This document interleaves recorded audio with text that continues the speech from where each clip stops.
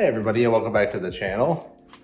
This weekend is not fun, new parts and everything like that. We got to get ready for a local event that's happening this next weekend, and I don't want to have to do everything in the middle of the week. So we have the car in the middle of the garage.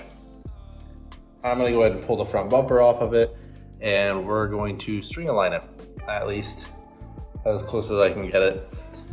Make sure everything's straight, because at the last event we did go off course 3 times, and I want to make sure I didn't throw anything out of whack. I've also lowered the rear by about a ½ inch, so the rear alignment will probably be out of whack.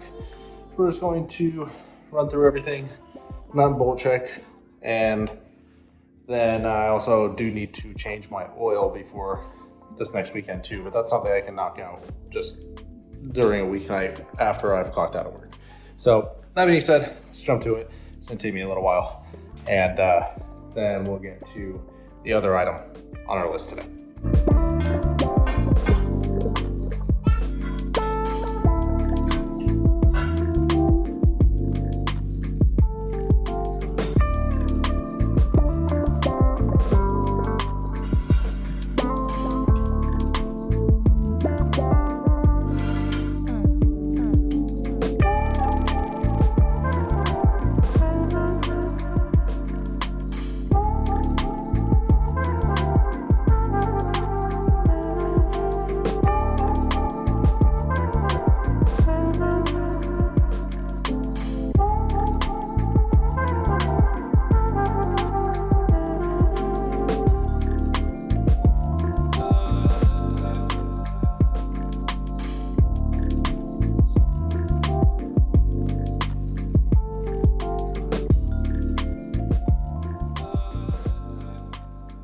All right, so this is an educational video, but we have jacks in front and behind of the car, PVC tube across with notches in it, and then weighted string, like construction string, in between those. String makes straight line.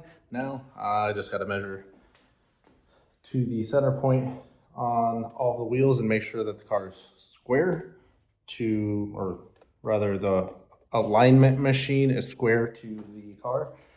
And then we start taking measurements front and back of each wheel to get our toe, and also have a somewhat straight edge to check camber. This is how I've done it with this car since I started aligning it myself, and it's handled fine. Wheels not centered, that could maybe be addressed at some point, but what do you do? Just do it yourself.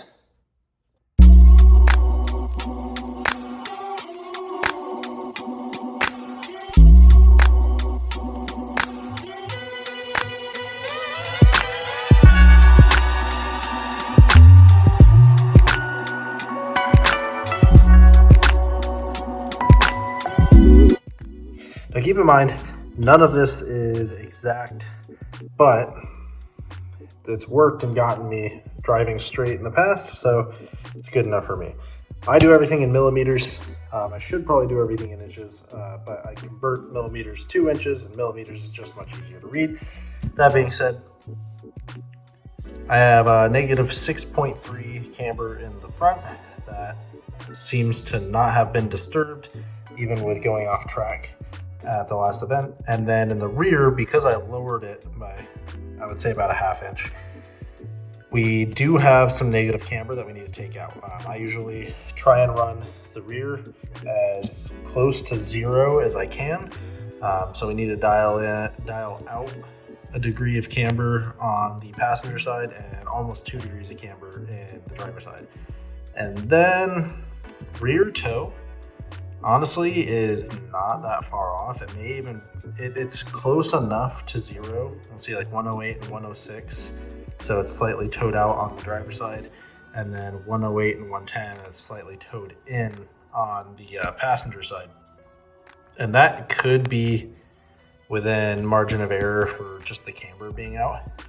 So I'll adjust camber first to see if it affects the toe, and then we'll go from there. The front, we have about 36 millimeters toe out, or I'm sorry, 3 millimeters toe out on the passenger side front.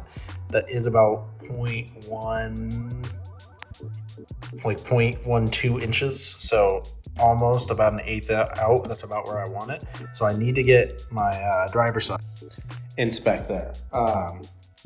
That makes sense though, because when we went off track in the big like bumpy section of the track, I think my driver's side took the biggest hit, so it would make sense it's a little out. So I'm gonna adjust it and just set everything now, try and get it as straight as I can.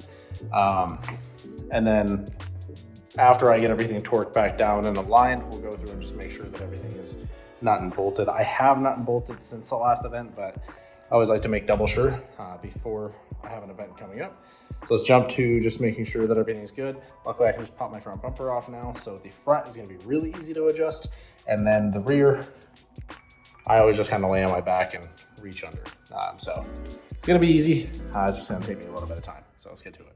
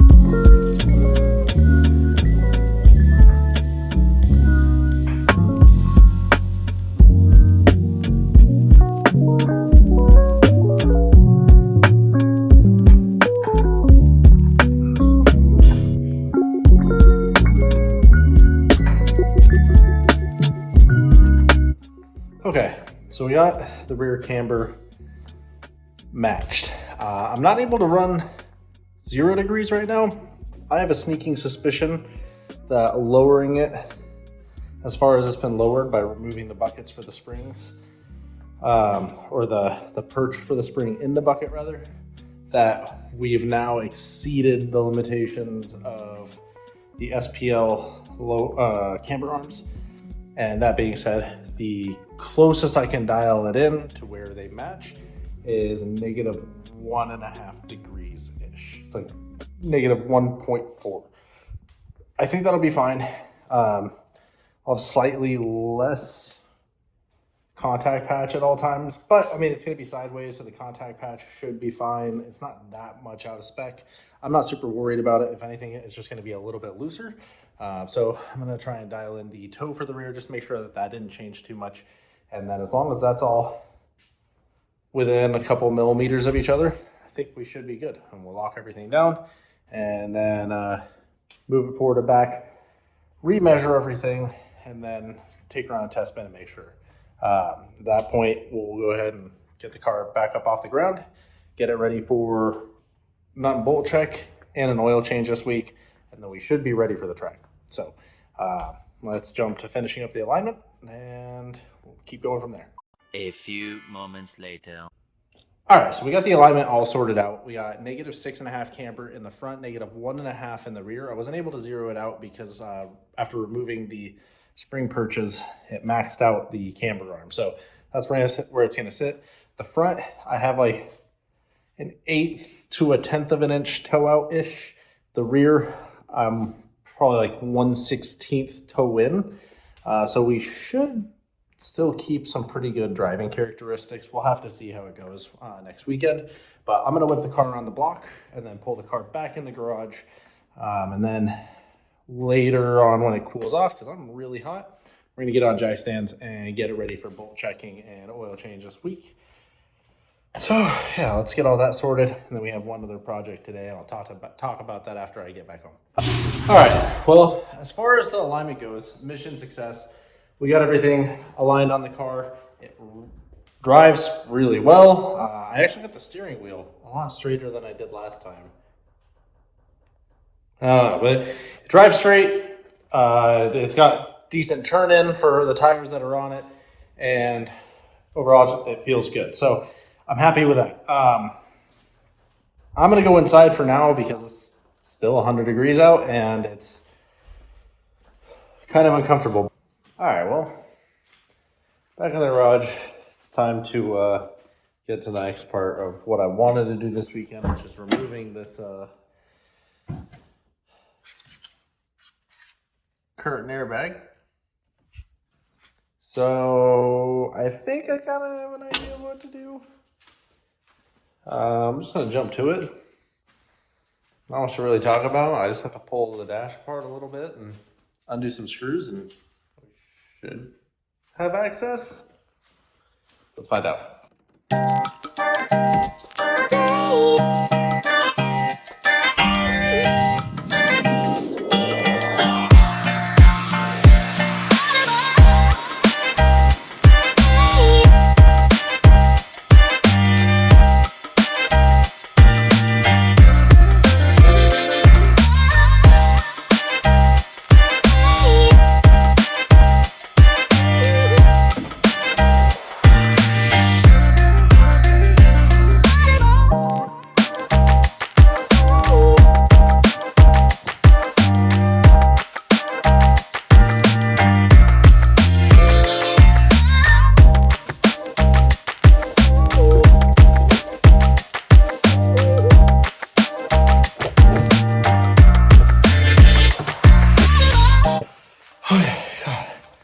I was sweating hard, but went ahead and got the strap undone from in here.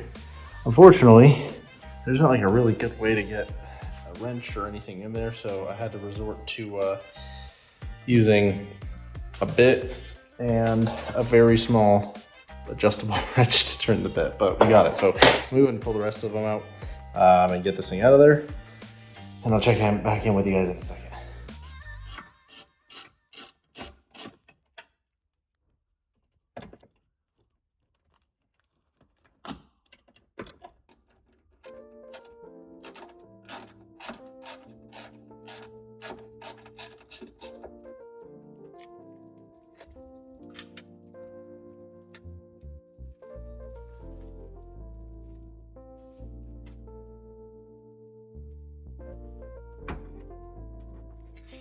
All right, well, airbag's out, which is very exciting because now I don't have to look at it. And my other big concern was, God forbid, you know, we hit a bump on the track or on the street, or we give the wall a little bit of a kiss, and then I have an airbag to worry about as well to break a windshield or break something, fuck something up. Long story short, I need to take it out. It's gonna come out at some point next year when we do the cage anyways, so it might as well be now because it's driving me crazy and it looks terrible with having one in and one not. But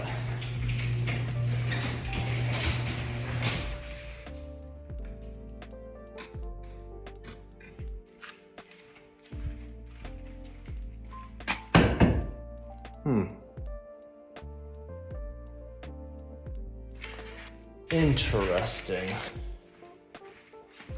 I don't know why that light is on. Stand by. Haha, silly mistake. Turn signal was on. No worries. Well, yeah. Let me get a load of it. We're all aligned. Everybody's out. Tomorrow after work, I'm gonna get the car up on jack stands. I'm gonna run through a bolt check, just make sure that everything is tight and secure. And then I also got to decide if I'm going to be doing oil changes week as well before we go. I only put 2 events on the oil change. I know technically I should probably be putting more or doing a change right now, but we'll see where we go. But that's going to be the end of today's video. I'm kind of tired. I might film the rest of bolt checks and everything for the rest of the week and just come out with a little bit later of a video, but I wanted to at least do something, and an alignment was definitely at the top of my priority list. But that's going to be it for today. Until next time, hope you guys all enjoy your week. Thanks for stopping by. Hit like, comment, subscribe, all that fun jazz. And I will see you guys next week. Peace.